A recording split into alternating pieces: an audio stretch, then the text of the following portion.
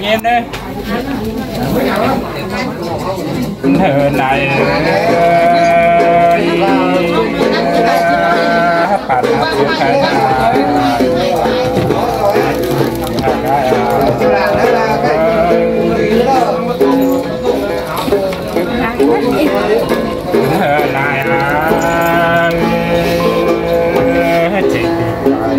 bạn nó chính ra để gọi là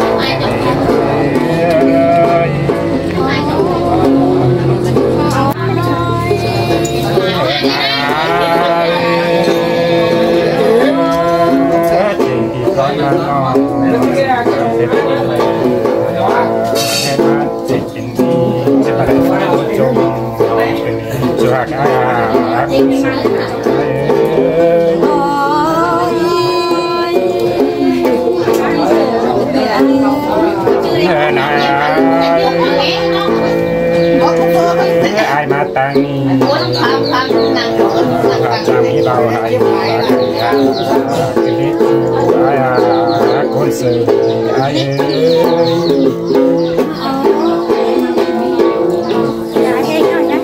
này trang đi vào hay là hát con sự trai đến chuột trai con sự trai trái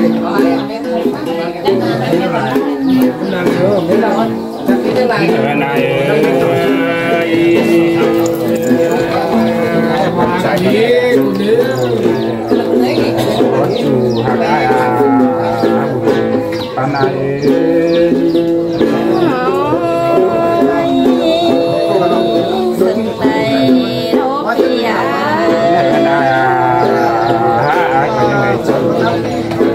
nó trái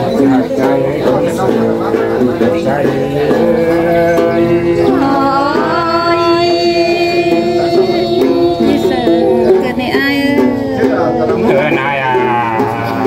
sao lắm ta nó cha đến để lên chú hạt ai con ai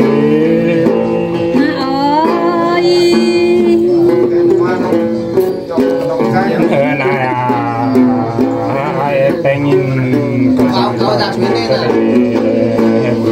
panaya konser toai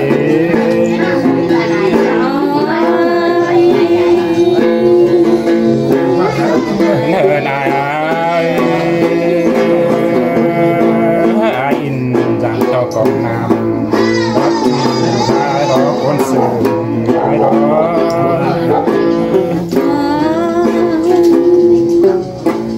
này hai ba to năng đi hai ba gian sang phụ là nhảy con nào chờ trái con sờ trái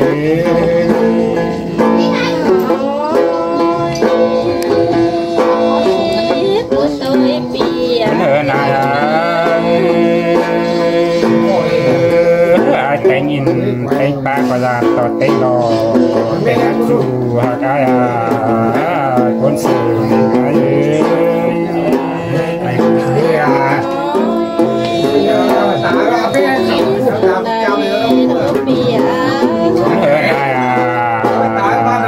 tết lô là nó dàn to phù đà để tu hạt trái con sự trái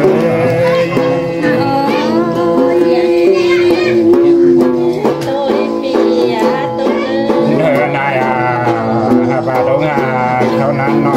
sự hạt chúng tôi được là lấy ai đến chú hạt trái ấy cũng sự ai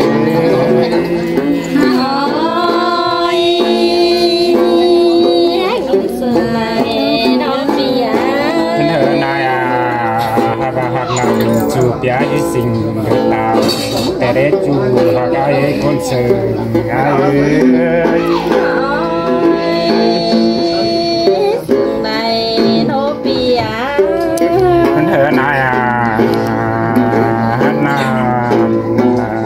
hiện nam bang đồng ông bay có với răng này sẵn cho hạt trái con sờ trái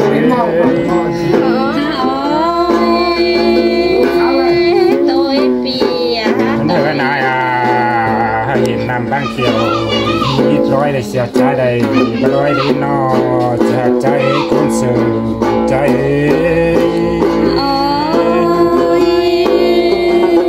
sườn lại lâu đi đó nửa này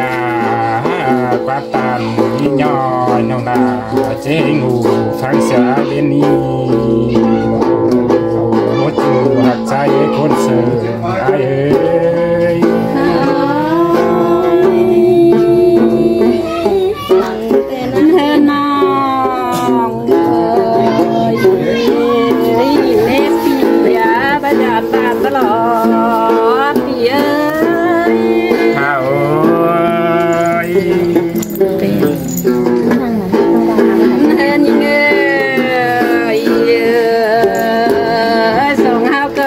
nào bơi chú hạt phù siêu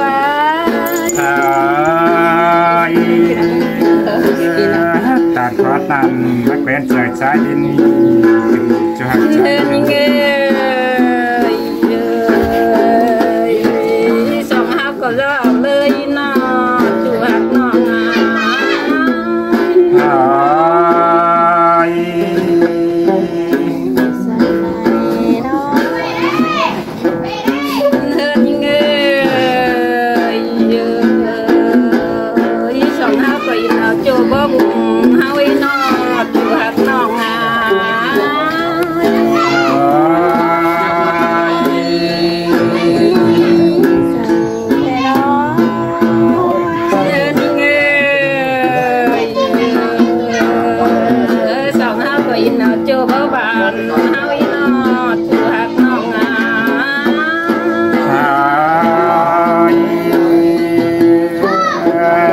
khó nằm ai sạc vào tay un tay ở đây chú ai sạc vào tay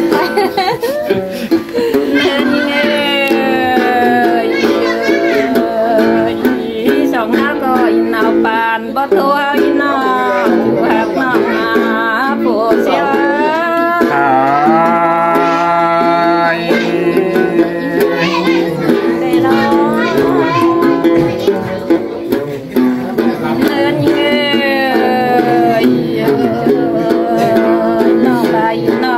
đi bay bang đi chú hạt nông phù siêu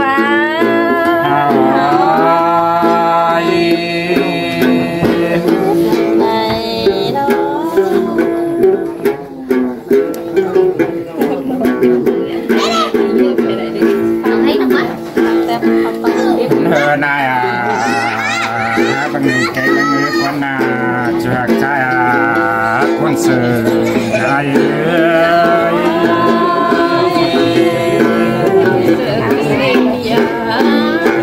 này bằng cái nó đi xuống mắt tỏi trái bên trái bạn ai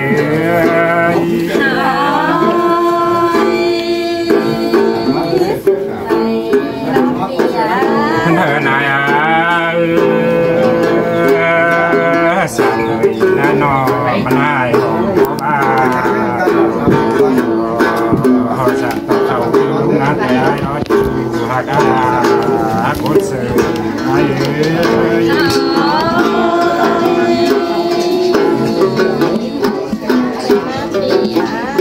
hơn ai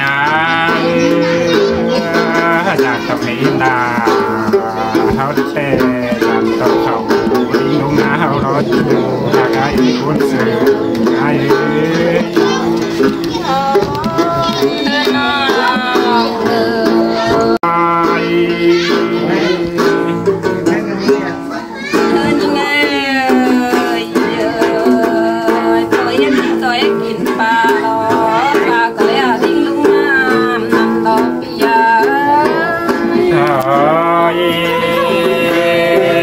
tao điều con trai đó con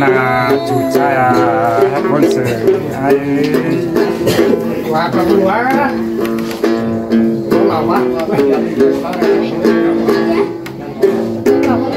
nên nghe ơi bà luôn ha cầm má nào là con chỉ cả tất cả của siêu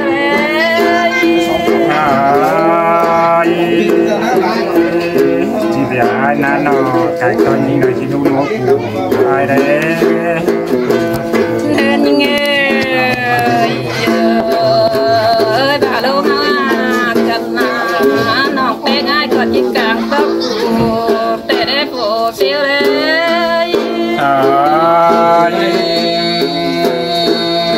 đồ và ta tè chủ hạt anh con sư anh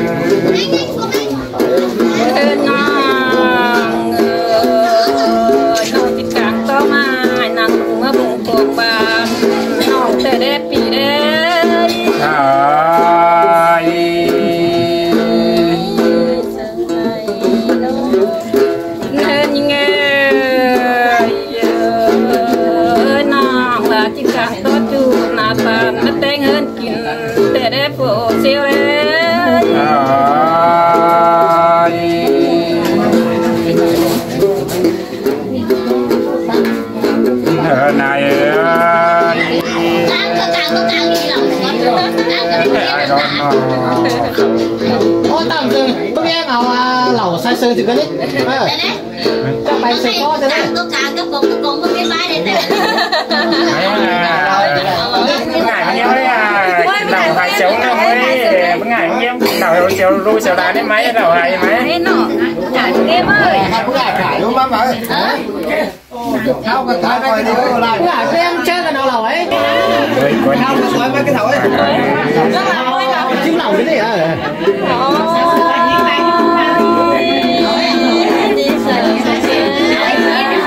hôm nay sống với nó chung chiều cháy nó cho hạt cháyอุ่นcon ai hôm nay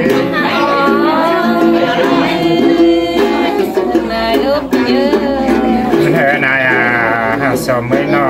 là anh trai con nó cho hạt ấy quân sự